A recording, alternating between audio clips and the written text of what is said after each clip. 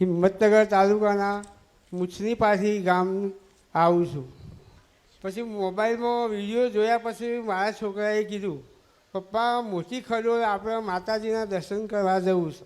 જો આપણું દુઃખ જે કોઈ હશે અને આ કોઈ બીમારી છે કોઈ આ એ બધું દુઃખ દૂર થઈ જાય. હું કોઈ આપણે 15 વર્ષથી ભૂવાપણું કરાવીએ છીએ, હજુ કોઈ જવાબ મળ્યો નહીં અને હવે આ બધું છોડી દે બહાર જવાનું.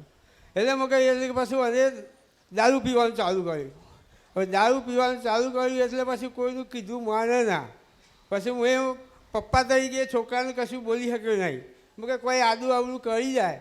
અને પહેલાં રવિવારે આવ્યો એટલે મને આ બધી પબ્લિકમાં જોવાનું મને થોડું એમ લાગ્યું કે આટલું બધું માણસ માતાજીને દર્શન કરવા આવે છે.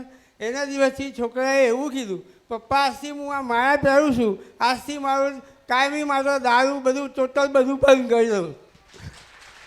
ત્યાર પછી આજે 14મો રવિવાર છે. આજે 14 રવિવારથી દારૂ બંધ છે.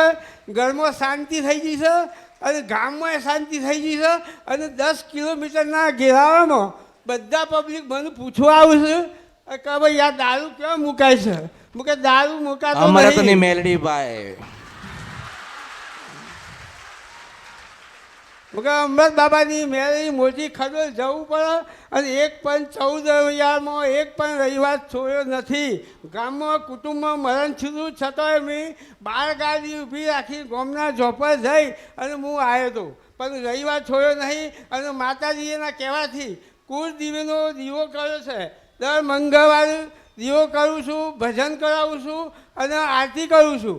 અને એના દિવસથી ઘરમાં મારા છોકરાને શાંતિ થઈ ગઈ છે અને એટલું બધું આનંદ મંગળ થઈ ગયું છે કે ન પૂછો વાત.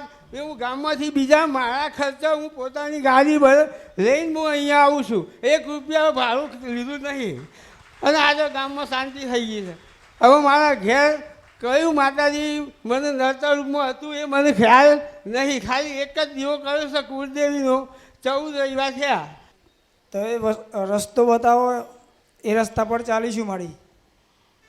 જો ખેતરમાં દેવ ના બેસાડી શકો તો ઘરે બેસાડજો. ઘરે એક મેલડી માનો દીવો કરજો. માણસે શું કીધું ખબર? માણસે એવું કીધું કે મેલડી માને તો કે મેલમાંથી ઉત્પન્ન કર્યા.